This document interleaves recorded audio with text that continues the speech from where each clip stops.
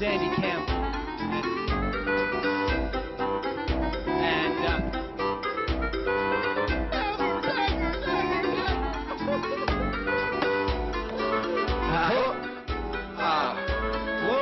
Hi.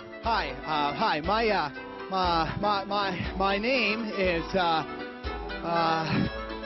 Andy Campbell, and welcome to the knock your socks off world of public speaking.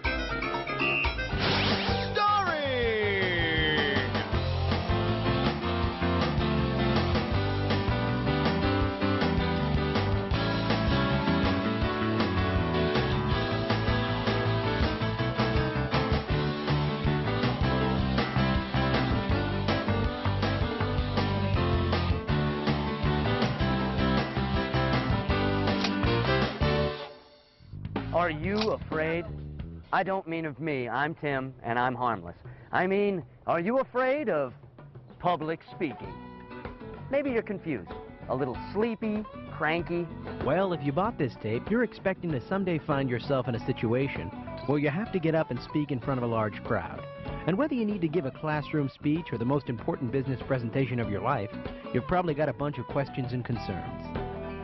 Maybe you're afraid you're gonna get up there and just blank out. Maybe you're afraid your speech will be all over the place. When I was young, I used to go camping at Loon Mountain with my father. Now, a lot of people aren't a big fan of Christmas. You think that, Bono... But back to financial reform. Or maybe you're afraid you'll be so nervous you just won't show up. Well, in this program, we'll address all those concerns. We'll show you how to deliver your speech in style, how to organize your speech to a T, and how to combat that gut-wrenching stage fright you might be feeling. We'll talk about preparation, speech research, delivery, all the tools you need to get up there and speak like a pro. We're the Standard Deviants, and we've got you covered. So let's get down to business. Part 1. Preparing to speak. Whether you're delivering a political campaign speech, a heartfelt eulogy, or a presentation to business associates, you'll want to carefully prepare before you deliver a speech. Now, I know what you're thinking. How can I prepare to give a speech when I'm paralyzed by mind-numbing fear and I can't get out of bed? Well, we understand your nervousness. And it's important that you understand that the first step in preparing to give a speech or presentation is to conquer your fear of actually giving it. That's why you're going to want to pay close attention to the first section of this videotape. Section A, Communication Apprehension. Communication apprehension, commonly known as stage fright, often described as butterflies in the stomach. You know what we're talking about. You get a letter in the mail. You're happy. Everyone likes mail. Why? It's from the local PTA. And they want you to give a speech on the merits of building a children's recreation center for your town. And why not? You've always been vocal on the matter of telling friends how badly the neighborhood kids need a place to play. This is your chance to make a difference. This is your chance to shine. But then, it hits you. That slight tickle of fear at the base of your spine. That cold trickle of sweat that rolls down your cheek. That energetic tap dancer who suddenly appears in your stomach to dance the first 2 acts of Showboat. It's communication apprehension. Other symptoms begin to creep up. You can't sleep. You can't eat. You begin to come up with excuses for why you can't possibly deliver that speech. Maybe I should clean the garage next week. That place is so cluttered, I probably won't have time for anything else. Like a terrifying public speaking engagement. Well, don't let communication apprehension stop you from speaking. It may seem like you're all alone or that this fear is ridiculous, but the truth is, communication apprehension is the most common fear in the world, even more common than the fear of death. But the most important thing you need to remember is that communication apprehension is a fear that you can easily get a handle on. A lot of people believe that CA is a learned response, that people's fear of public speaking is grounded in a bad public speaking experience. By that token, if people begin to have positive public speaking experiences, their fear should decrease. I know what you're thinking. How does this help you in the short run? What can you do if you feel like you're about to implode right before a speech? Well, there are certain alternative methods. We've all heard about the trick where you imagine your audience naked. This might work, but if you have an overactive imagination, you might mess up and imagine yourself naked. The best way to combat the fear of public speaking is to learn how to relax yourself. Here's 4 easy steps that'll help you do just that. Okay, you're nervous. What do you do? What do you do? Well, step number 1 is to admit to yourself that you're nervous. Acknowledge your fears, but also realize that you can overcome them. Just remind yourself that you have something valuable to say and that the audience isn't likely to be hostile toward you. Step 2, think about what you're going to say and what effect you'll have on your audience. The more you think about your subject and your relationship with the audience, the less you'll think about your fear. Step 3, act confident. Sure, you're nervous, but the audience doesn't have to know that. If you project confidence, the audience will react positively, and this will increase your confidence even more. And finally, step 4, start strong and end strong. A strong introduction will propel you through the rest of your speech and wipe out any fear you begin with.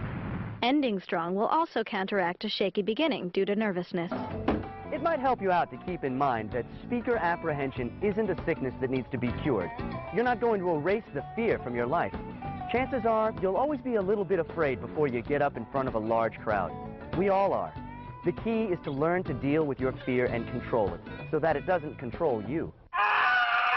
So the absolute best thing you can do is take a deep breath, recognize your fear for what it is, and write the best possible speech you can. Because preparation is the key to overcoming your public speaking woes. And, conveniently enough, preparation is what we're talking about next. Section B, supporting material.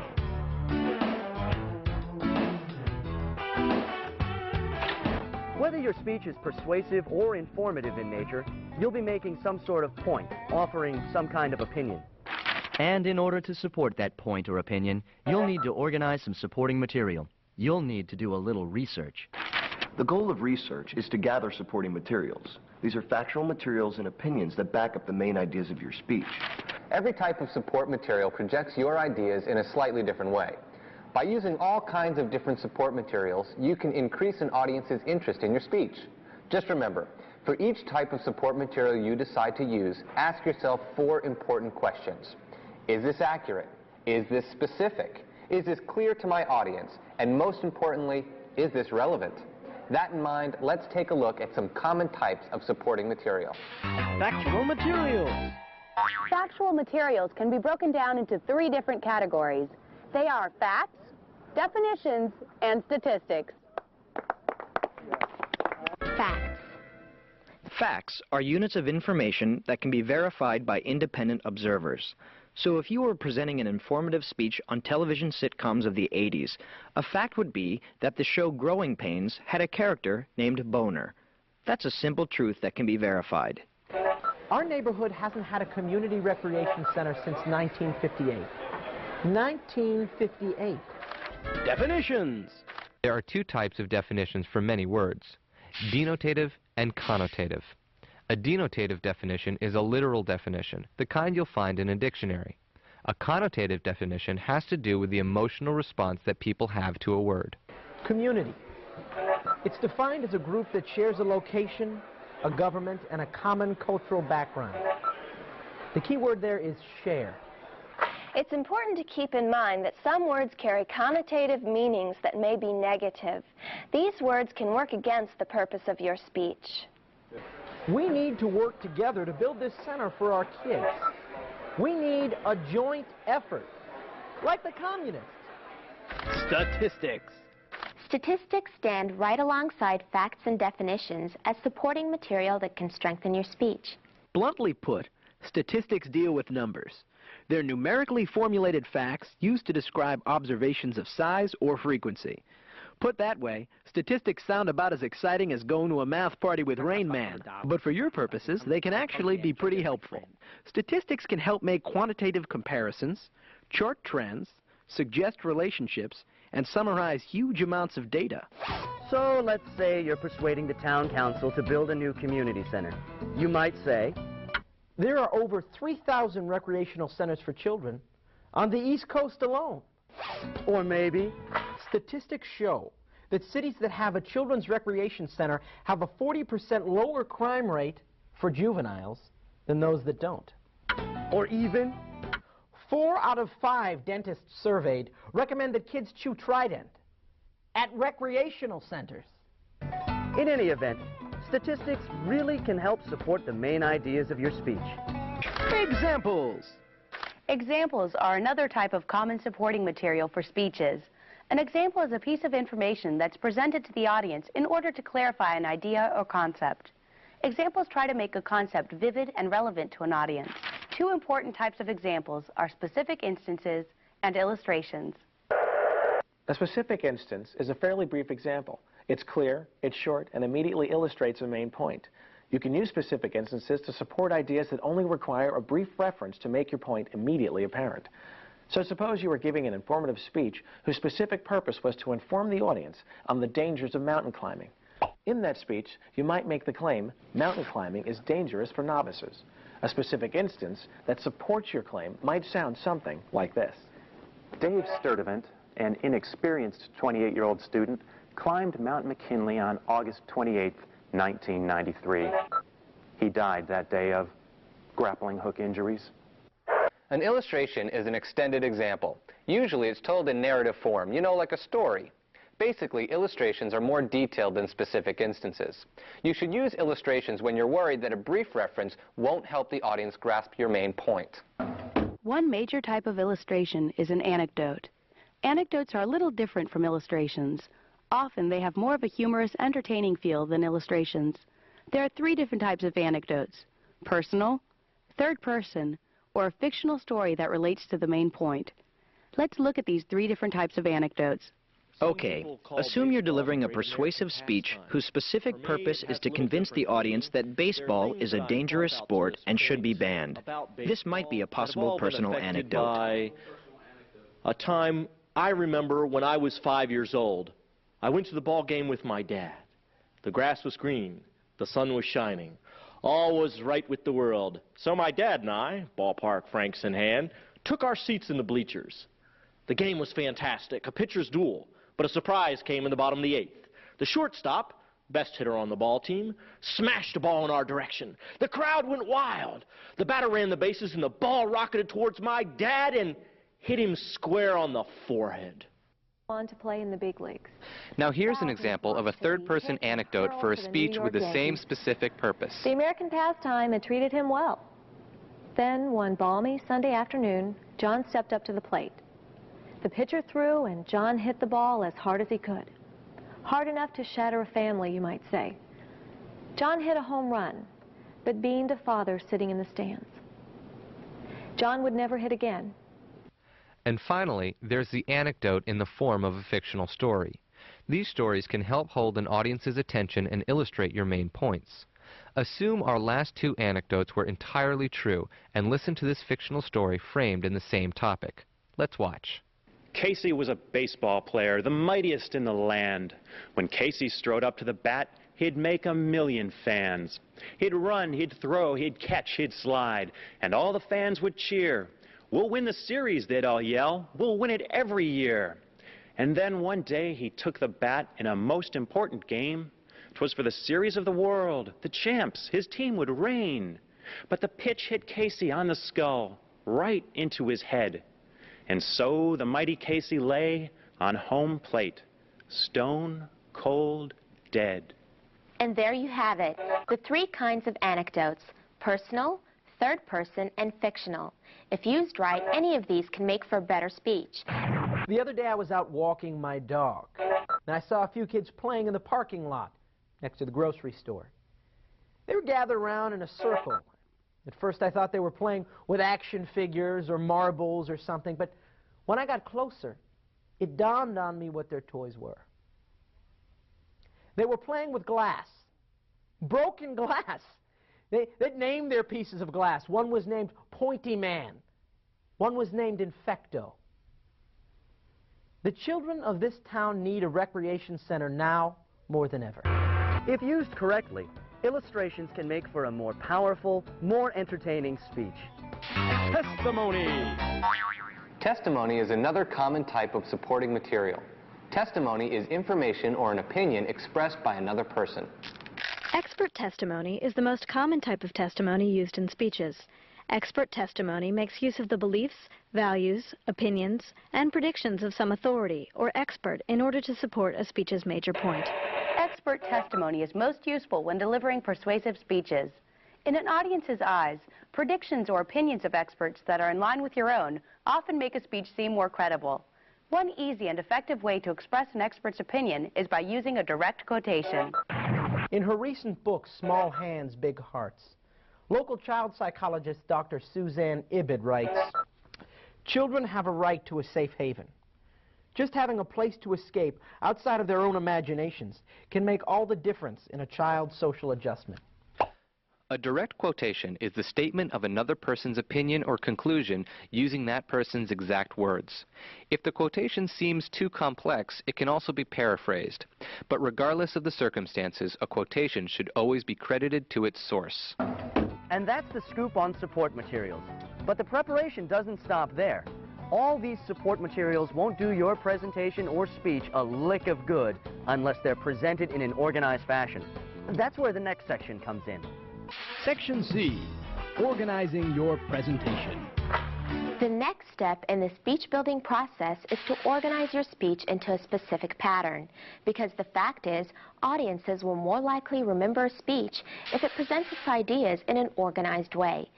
Because your audience is trying to follow an oral presentation, any patterns and verbal cues you include will increase their comprehension.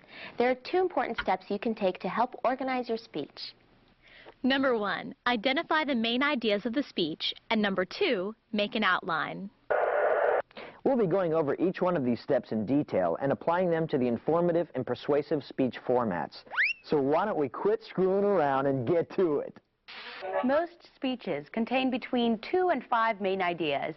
It usually works out that you can come up with a lot more main ideas than you can fit within your time constraints. That's why you have to be selective. You have to pick out only the main ideas that are essential to the speech. So if an idea doesn't help you achieve your specific purpose, it shouldn't be included in your speech. Basically, the order of your ideas is pretty much up to you and what you might think have the most impact your audience might want. Just know that your strongest idea will be the one that will have the greatest effect on the audience. So, your strongest idea should either be at the beginning or at the end of the body of your speech.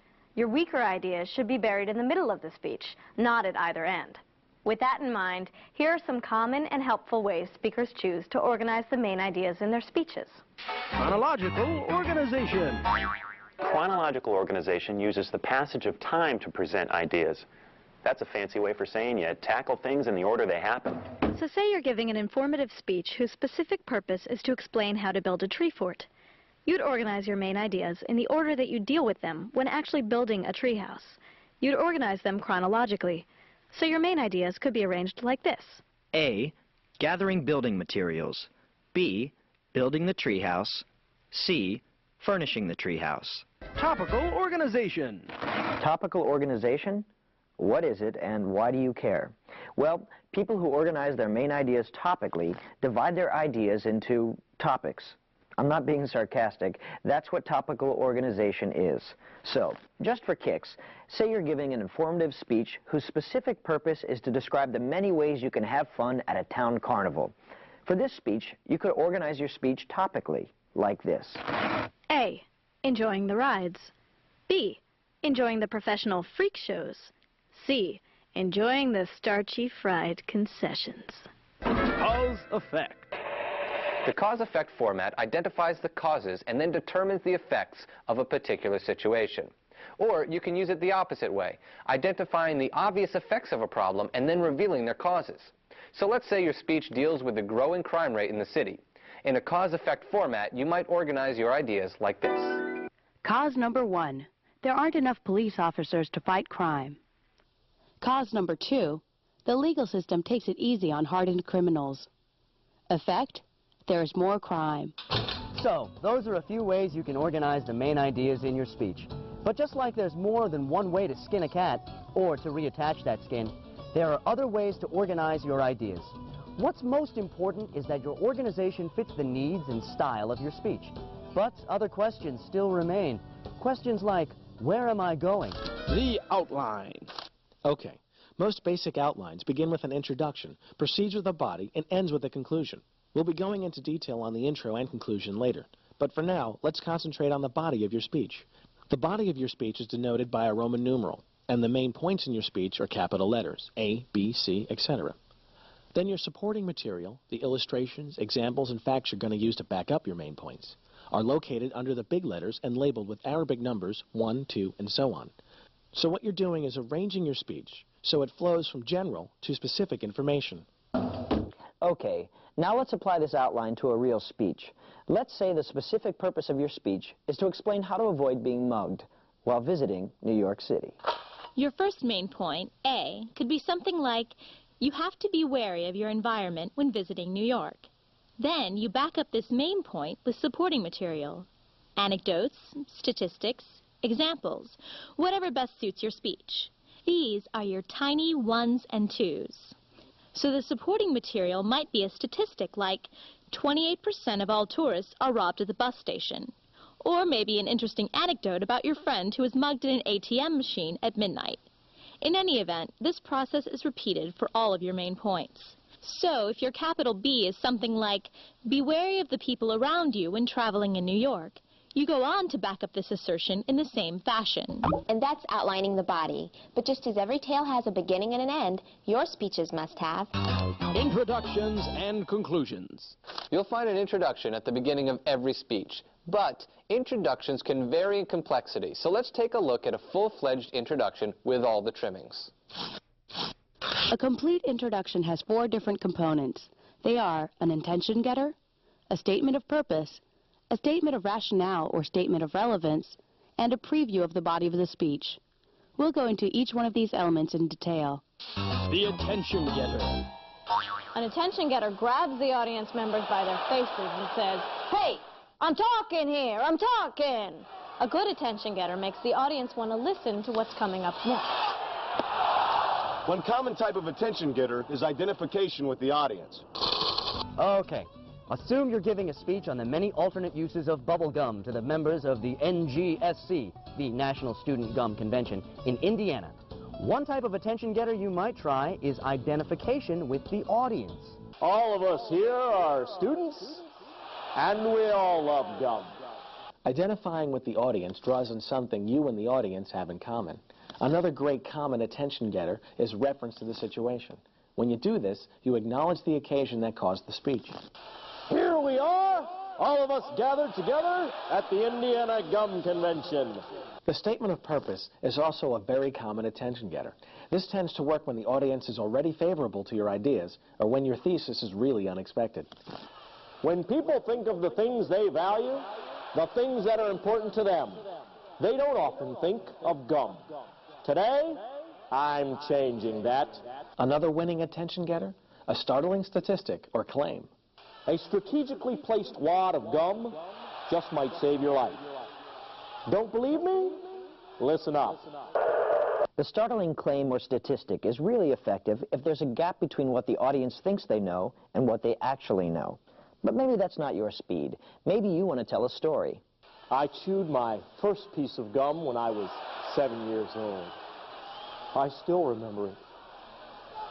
It was cherry. It was tasty. The flavor was long-lasting. But I never knew it would save my life. You see, anecdotes can draw an audience right in, especially if they can relate to the characters in the story. Just make sure if you tell a story that it leads you into your main points and that it's not too long. But maybe a story's not the way for you. Maybe making a comparison is more your speed. I looked at a box of baking soda the other day. You know, that stuff does about 15 different things. It cleans. It freshens. I'm surprised it doesn't fight crime. It's almost as versatile as gum. Yeah, that's right. Gum. Comparisons are usually effective because differences and similarities are easily understood. Next up is the rhetorical question. A rhetorical question is a question for which no answer is expected. It's designed to make the audience think. The danger of the rhetorical question is that someone might answer it. What would you do if I told you the answers to your problems were in that stick of gum in your pocket? A final attention-getting example is the quotation. A famous folk song once raised the question, does the bubble gum lose its flavor on the bedpost overnight? Possibly, but it doesn't lose any of its other qualities. Bubble gum is... The right quote could be the perfect attention getter to rope in your audience. Just make sure the quote you choose is applicable to your speech. And those, my friends, are the attention getters. Use them right and they'll be a knockout introduction. That is, of course, if you make the other sections of your intro just as strong. Sections like the statement of purpose, stating the relevance of your speech, and the preview of the body. Moving right along. If you didn't use a statement of purpose as your attention getter, it's a good idea to include one in your introduction anyway. Usually, if you give the audience your thesis statement in the introduction, your statement of purpose is also revealed. Another must in the introduction is explaining the relevance of the topic to your audience. In this section of the intro, you tell the audience how your topic relates to them. This way you'll make the ideas of your speech important to them right off the bat. This will motivate them to listen to the speech. And finally, there's the preview of the body of the speech. By giving the listeners a preview of what's coming, summarizing the main points you'll be making, you can help your audience follow along throughout your speech. A conclusion. A conclusion is what comes at the end of your speech. It draws together everything that's been said and indicates what the audience should do or believe as a result of the speech. It's the last part of your outline and can be broken up into 4 parts. A. Summarize your main points. B. Restate your purpose. C. Call your audience to action. And D. Round off. A simple summary of main points is exactly what it sounds like. Tell them what you told them and be brief. The restatement of purpose is your opportunity to make a final appeal to the audience. It's your last shot to tell the audience exactly what you want them to do or believe. The call to action motivates the audience. It urges them to act. If your speech is about the dangers of mountain climbing, this step urges them to be wary while climbing. And finally, rounding off gives your speech a balanced, circular feel. So if you can somehow connect your conclusion back to the attention getter in your introduction, you're in good shape. So how do you do all this stuff? What kind of stuff do you put in the conclusion to make it as effective as possible? Well, a lot of the strategies for introductions can also be used in conclusions. A quotation can always sum up the purpose and topic of the speech with a few memorable lines. So I urge you, take a chance. As my 4th grade Little League coach once said, you can't steal second base and keep 1 foot on first. Challenging the audience is a technique speakers sometimes use in a conclusion. Challenging the audience motivates them to achieve the speech's purpose. And so, the next time you go into the bathroom, make sure to ask the owner of that bathroom, where are the peanuts? And finally, you can always offer up a utopian vision, which emphasizes what could happen if the speaker's challenge to action is met. And if we can accomplish this, if we can convince the powers that be to ban baseball, we'll live in a world free of fear. A world where we don't have to worry about a simple ball changing the course of our lives. Well, that brings us to the end of our discussion on the informative outline. Now, I know what you're thinking. You're thinking, is there more? More to life? More to happiness? More to outlines? Sadly, there's nothing more to life, but there is more to outlines. Outline or persuasion. Now, I take it you're familiar with informative outlines, unless you've just walked into the room, in which case you should buy your own tape. But if you're on the level, sit back and learn about Monroe's motivated sequence, an outline which is often used for the persuasive speech. Monroe's motivated sequence is a pattern of arranging information so as to motivate an audience to respond positively to your purpose. There are 5 steps in the motivated sequence which can be streamlined into an outline. These steps are the attention step, the need step, the satisfaction step, the visualization step, and finally, the action step. These 5 steps exist in a chain. Failure to fulfill any of these steps might send your speech down the drain. Right now, we'll go over each step of Monroe's motivated sequence in detail. Step 1, the attention step. You learned about attention getters when we discussed introductions earlier. Well, the attention step in Monroe's motivated sequence serves the same purpose as an attention getter in a standard informative speech outline. The attention step just may be the most important step in your whole speech. If you want to make your audience feel a certain way, you've got to rope them in early. That's what the attention step does. The purpose of this step is to make the audience give you its undivided attention. This step should make the audience anxious to hear what you have to say, jumping out of their seats even. Johnny Ringo's back in town. Now, how do I know this? Because just the other day I saw him steal a milkshake from a little boy. Just pushed him over and stole it. Now, how long before he steals something from you? Step 2, the need step. The need step demonstrates that a distinct need exists for the audience members. The need may be to know something, to change a certain belief or opinion, or even an institution that needs to be fixed. This is the step where the bulk of your supporting material should be. Your statistics, anecdotes, and facts can all serve to motivate. We need to force Johnny Ringo out of our homes. Every day he robs, pillages, cheats on taxes, kicks our dogs, pollutes our waters, poisons birds, plagiarizes our work, and sets up rigged carnival games in our town square. Now, he is an outlaw in the truest sense of the word, and we got a civic duty to run him out of town. Huh? So the result of this step should be that the audience should feel they need to know something or do something. It's the kick in the butt step. Step 3, the satisfaction step. The satisfaction step presents the answer or solution to the need you demonstrated in step 2. You have to convince the audience that what you're telling them will actually satisfy the need you've brought up. If we want to get rid of Johnny Ringo, we got to band together. We got to form a posse, confront him, and drive him out. Now, just 2 weeks ago, the townspeople of Snake Creek drove out Eddie the Tooth Skaggs. In fact, law enforcement surveys report that 78% of towns that form posses send their outlaws a running. The time to form a posse is now! So, any statistics, illustrations, or other supporting material that makes your solution seem appealing would be right at home in the satisfaction step. Step 4, the visualization step. In the visualization step, you're supposed to intensify the audience's feelings or beliefs. Basically, you get the audience to visualize the way their situation might be if they were to see it your way. But maybe you're scared to form a posse. Maybe you just want to forget about all this, go inside and crawl underneath your bunks. Well, it's tempting, I know. But let's say we forget about all this. Let's say we let Johnny Ringo run free. In a year's time, he'll own this town. No one will be safe. Grandmothers will be afraid to go to church. Kids won't leave their houses for school. Cats will befriend dogs for protection. Now, before you know it, he'll be running for mayor. His campaign slogan, elect Johnny Ringo, or else. And the way things look, he just might win. No! In the visualization step, you take your listeners beyond the present time and place and pose the question of what might be. You can conjure up a positive visualization or, if you prefer, a negative visualization of what might happen if your plan wasn't enacted. Step 5, the action step. This is the final step, the home stretch. In the action step, you tell your audience what they have to do to make sure the need you've revealed is satisfied. It's your final chance to get people up off their rear ends to take action.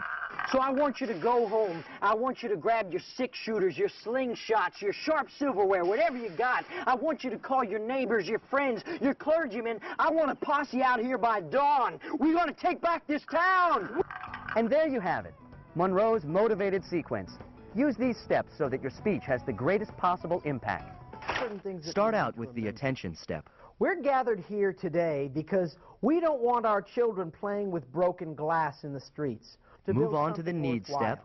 We need to build a juvenile recreation center. Follow up with the satisfaction step. If we can get this center built, we can reduce juvenile crime and juvenile injuries. 60% of the towns that have community centers hit them with the visualization step. And what happens if we don't build this center? They find their kicks elsewhere. Maybe they play with glass in the sandlot. Maybe they throw rocks at cars from the overpass. And finally, round off with the action step. So I ask that you dig deep into your pockets and clear your social calendars. All it'll take is a group effort and a lot of cooperation.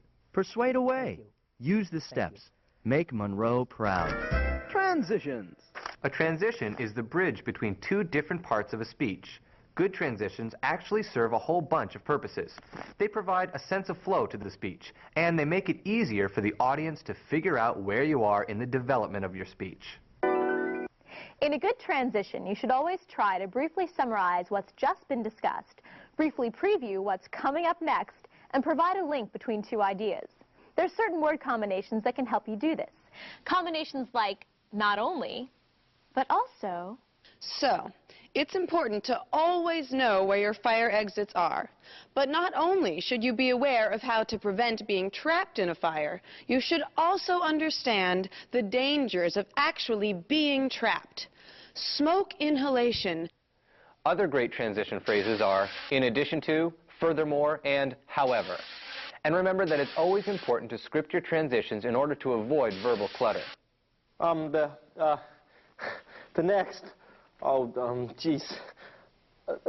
point I want to make is that, well, fire kind of, well, you know, it burns. Well, you get the point. Scripting helps you out. It also helps to use signposts. Signposts are verbal cues that indicate where exactly you are in the structure of your speech. There are obvious signposts, like using the keywords first, second, or third to label the points you're making. There's also changes in delivery of a speech. Stuff like pauses, changes in rate, pitch or volume. All these devices are signposts that show you're moving on to a new section of your speech. But that's delivery jargon. We'll get to that in a little bit. And that's the whole truth, people. That's what you'll need to write your speech. So know these steps and guidelines. Write furiously, write clearly, and write well, because the moment of truth is right around the corner. And that fateful day sneaks up on you sooner than you think. Part 2, Delivering the Speech. The time has come. After all the preparation, all the research, all the writing, it's time to walk down the aisle and step up on stage. It's time to rope in the audience, to make them yours, to make them eat out of the palm of your hand. Can you do it? Yes, you certainly can do it. But in order to present your speech to the best of your abilities, you have to learn about style and delivery. Let's tackle style first. Section A, Style. A long time ago, when America was young, speakers weren't as style-conscious as they are today. They didn't have to be. Listeners would willingly sit through long debates and sermons. But in today's mass media-dominated world, style is a big influence. You can bet rhetorical events of long ago would have been a lot different if speakers had to heed today's strict emphasis on style. The challenger is a Republican. The incumbent is a Democrat.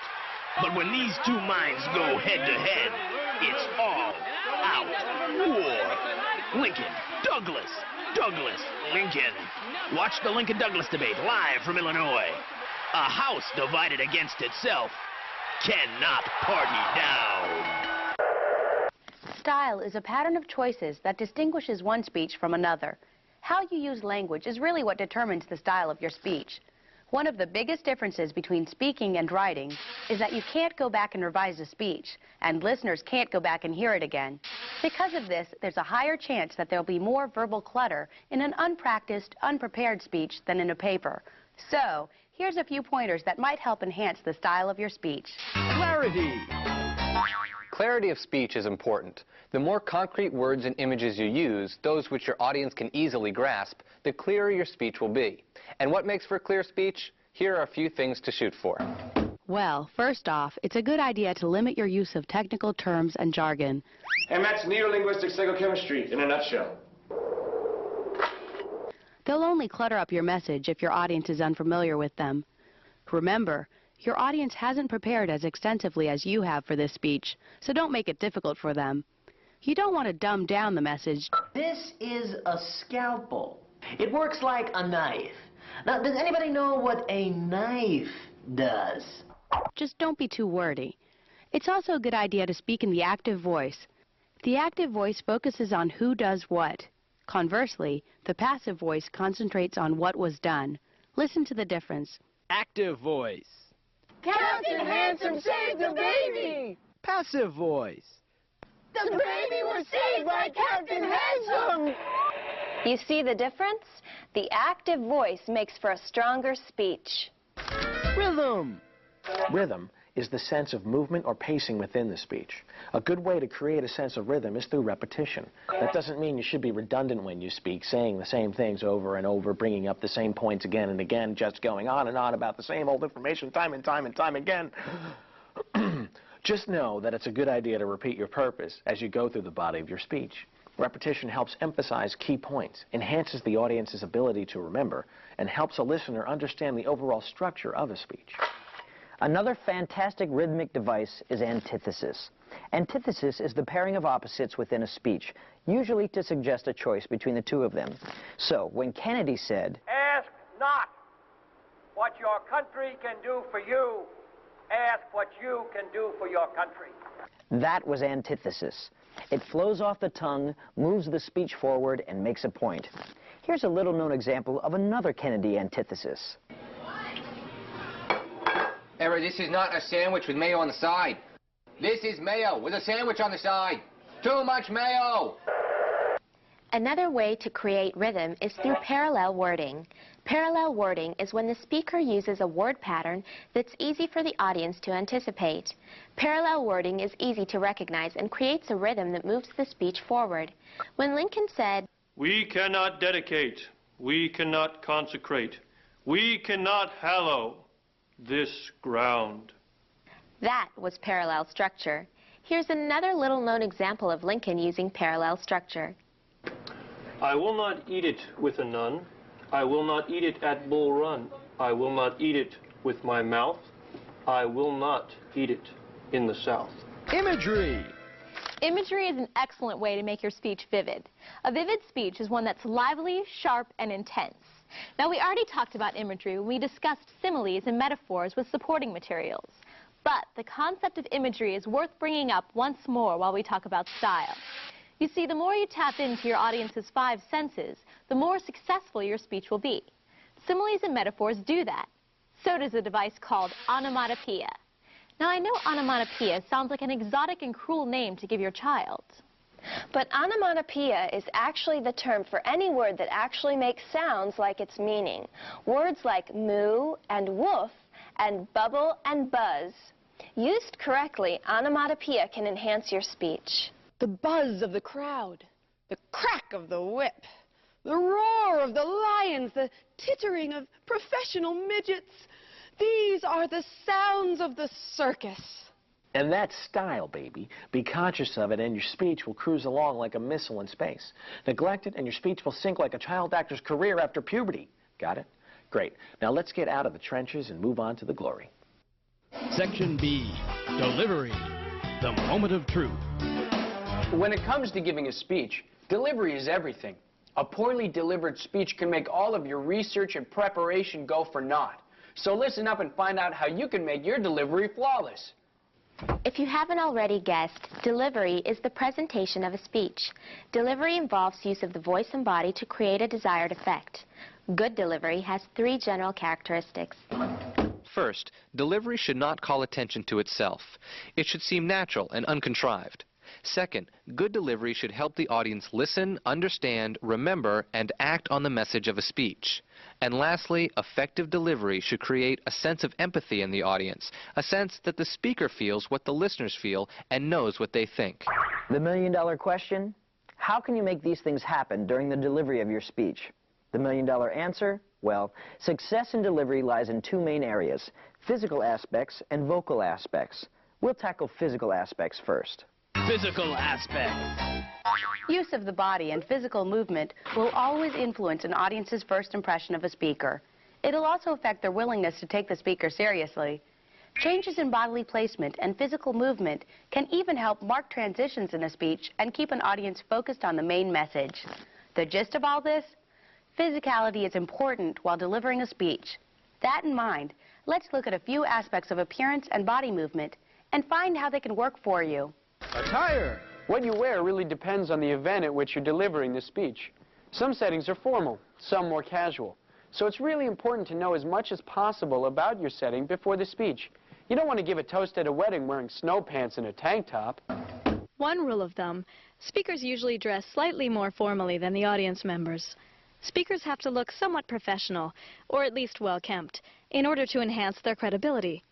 A speaker who constantly pushes hair out of her face, adjusts his Red Sox hat, or wears clunky yard sale jewelry distracts the audience from the main purpose.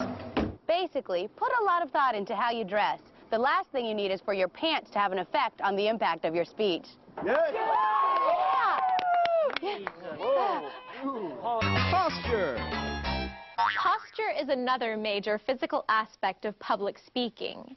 How you carry yourself affects your audience's opinion of you. When you speak, make sure you stand up straight but not rigid. It's never a good idea to shift your weight from one foot to the other, and try not to cross and uncross your legs. Also, make an effort not to lean forward onto the desk or podium. Just take time to make yourself comfortable before a speech. You can make yourself comfortable by breathing naturally and standing with your feet roughly shoulder length apart. Your posture should say, "Doggone it, I'm stable," and "By Job, I'm assured." The trick of it is, you should be relaxed without looking sloppy. If you can hack it, your speech will improve that much more. Body placement. A lot of the time, speakers trap themselves behind a podium. They cling to it and use it as a crutch. This is limiting. If you're speaking from behind a podium, it's a good idea to step away occasionally.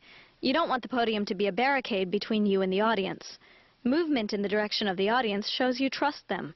Movement's also a good way to make clear transitions within a speech. If you're moving on to discuss a different point, movement of your body can let the audience know that. Gestures. Gestures are equally important in the physical presentation of your speech. Gestures are the movements of your hands and arms during your speech, and they're used to emphasize your ideas. Incorporating gestures into a speech is sometimes a problem for speakers. Speakers are usually pretty conscious of their hands. A lot of the time they have no idea what to do with them. Fidgeting, clenching your fists, and any other unintentional hand motions will do nothing but distract from your speech. Well-timed, well-conceived hand gestures can really enhance a speech. Facial expressions. Facial expressions are bound to be an important part of your speech. If you're talking about something sad, you're going to look sad. If you're talking about something frustrating, you're going to look angry. And if you're talking about how great celery is, you're going to want to convey a look that says, "Hey, I enjoy celery." In any case, you want to make sure that your facial expressions are appropriate to the subject matter of your speech. Somebody who smiles all the way through a serious speech will lose their credibility real quick. And that's why it's important for us to fight against all forms of disease. One really important point to remember about facial expression is that eye contact is extremely essential. In mainstream American culture, somebody who's unable to look a person in the eye is perceived as having something to hide. Also, speakers who don't look at the audience can't see how the audience is reacting. The audience's facial expressions can give clues about what interests them in a speech and what doesn't. This feedback can help you adjust the speech to their needs. But if you try to make eye contact with everyone in the room, you'll look like a jackrabbit hopped up on caffeine and sugar. Your best bet is to mentally divide the room into 3 or 4 parts and shift your focus between these areas. This way, every listener will feel like you're directly talking to them. Vocal aspects. The easiest way to make a speech fun and memorable for everybody involved is to make changes in the use of your voice. That's called vocal variation, and it's also one of the ways the audience will judge your credibility. That's why right here and now, we're going to discuss some of the most important dimensions of voice. Stuff like volume, pitch, rate, and pausing. Volume. Volume refers to loudness of voice. Most of the time, the volume of your speech will depend on the size and shape of the setting it's delivered in. If you're in a large, open barn, you'd better be loud. If you're in a tiny cafe, your voice should be softer. In any event, being too loud or too soft can be a problem. Speak too soft. We will fight the enemy on the land, in the sea, in the air. And the audience will strain to hear you. But speak too loud. Choosing the right couch is important for any homeowner. And the audience will feel uncomfortable. So make sure you hit the right balance. In addition to controlling the volume for the whole speech, changing the volume at certain points in the speech can help emphasize important ideas. Raising your voice stresses a really dramatic or important point, and lowering your voice causes the audience to really concentrate on what's being said. Use these techniques wisely. They're valuable tools indeed. Pitch. Pitch is the placement of voice on the musical scale, ranging from high to low. You know, like in singing. A soprano has a higher pitch than an alto. La. Like volume, pitch can be raised and lowered for emphasis. You can raise your pitch higher. Can we accomplish this? Yes, we can. Or you can lower your pitch. Can we accomplish this? Yes, we can. Still, you have to bear in mind that an extremely high or low pitch will distract the audience. Sometimes during a speech, your voice wavers and your pitch rises. And that's the truth of the matter. We need to cut spending. This is due to the tensing of vocal cords as a result of stress. To prevent this, try to relax as much as possible by controlling your breathing. This lets you have enough air to finish each thought. Yawning and swallowing can also help you relax your vocal cords before taking the platform. Another tried and true method used to create a more pleasant sounding pitch is consciously relaxing the muscles in your shoulders. Also, instead of projecting your voice from your throat, use your diaphragm. That's the muscle that forms a wall between the lungs and your abdomen. This helps your pitch because the diaphragm controls the stream of air over your vocal folds, which produce the voice. One of the most distracting problems having to do with pitch is speakers who deliver their speech in monotone. That's a speech given at the same pitch with no variation the whole way through. I'm sure you're familiar with it. That's why a carnival is so exciting. It has rides, games, cotton candy. It's easy to see why a speech delivered in monotone is so good at inducing sleep. You need to vary your pitch. Otherwise, you risk making your speech mind-numbingly boring. Just be aware of the quality of your voice, and you'll be better able to adjust your overall vocal delivery. Swing, bada, bada, bada, bada, swing! Rate. The rate is the speed at which a person speaks. It seems so often in this world of ours, people either speak a mile a minute or like a slug on a bad night's sleep. Where's the even keel? Where's the happy median? Well, when it comes to your rate of speech, the happy median is what you need to strive for. The average rate of speech is about 125 to 150 words per minute, but rate, like pitch, can really increase if you get nervous. This isn't good for a bunch of reasons. First, racing through your speech makes it really difficult for the audience to follow your ideas. If you're cruising through your speech like a chimpanzee on a Mountain Dew high, the audience doesn't have time to process and react to what they hear. Secondly, if you're rushing yourself, you'll leave the audience with the feeling that you want to leave the stage as soon as possible. If you need to slow down your rate of speech, controlled breathing will help you relax and put on the brakes.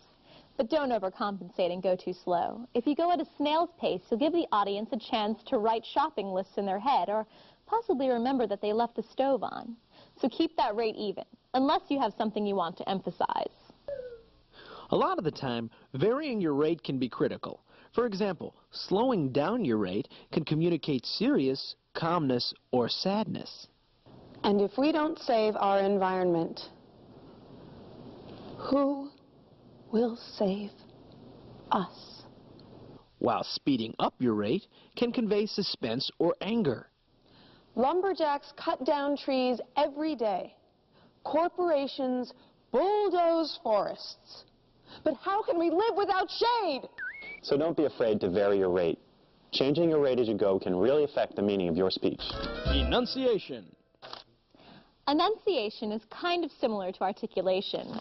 Enunciation is precision and distinctness in sounding words, so you have to make sure to speak distinctly. Then again, just like everything else, this rule isn't gospel. Some people over-enunciate, speaking in an overly precise fashion. George Jefferson. Who is he, and what does he have to do with you? This can come off as pompous and condescending. That's bad. Over-enunciating will only take away from your message, so try to speak distinctly, but naturally. Enough said. Pronunciation. Pronunciation is the way of speaking a word which is generally accepted and understood. There's a lot of ways to mispronounce a word. There's accenting the wrong syllable. We must strive to ban nuclear weapons. There's pronouncing a vowel short when it should be long, or vice versa. We must strive to ban nuclear weapons. And then there's messing up the word altogether. We must strive to ban nuclear weapons. There's no doubt that mispronunciation can affect a speech negatively. It can prevent your audience from understanding the meaning of a word, or it can call attention to itself and reduce your credibility. The audience will wonder if you really know your stuff when you can't pronounce the words in your own speech. So, if you're unsure about the pronunciation of a word, make sure you look it up or substitute another word in its place. We must strive to ban weapons of mass destruction. And those are the ins and outs of delivery. You learn stylistic techniques like parallel structure. We cannot, we will not, we must not go without a recreation center. Antithesis. The question is, not how can we save our money, but how can our money save us? And imagery. I can still hear the lonely clink of broken glass falling against the pavement. You also got the heads up on rate. Anyone will tell you we must quickly charge forward. And volume. But the naysayers will tell you a community center wastes money. You've learned the most important basics of vocal delivery. Keep them in mind and the audience just might fall down at your feet. Jim, they'll yell, or Terry, or whatever your name is. Your speech is so good, we would like to buy you lunch and give you money. And you'll be happy. Happy like a fox. Because you know all they want is your public speaking secrets. Don't give them away. Make them earn it. You'll be glad you did. And that's the end of our program. Now you can sit back and let all that newfound public speaking knowledge sink in. Or you can get out there and speak up a storm. If you have any questions, just give us a call at 1-800-238-9669. And for more information, check us out on the web at www.standarddeviance.com. Good luck on your future speaking endeavors. And by the way, if this program pays off and you become famous or wildly successful, mention us, okay?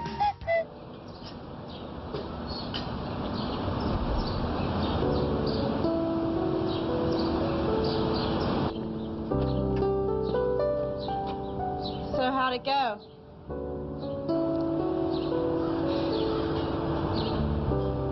They're going to build the center. Great. Now you can clean the garage.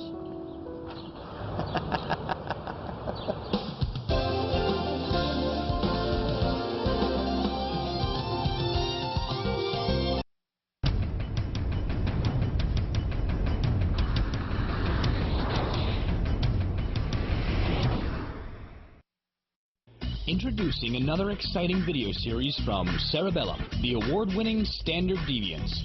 Recommended by university professors and teachers across the nation, the Standard Deviance are helping students everywhere. The Standard Deviance cover all major subjects and present tough course material in an enjoyable and informative video format. Watch as the Standard Deviance help you understand today's most difficult courses, including algebra, accounting, calculus, chemistry, differential equations, English composition, finance, marketing, organic chemistry, physics, psychology, Spanish, statistics, trigonometry, and much, much more.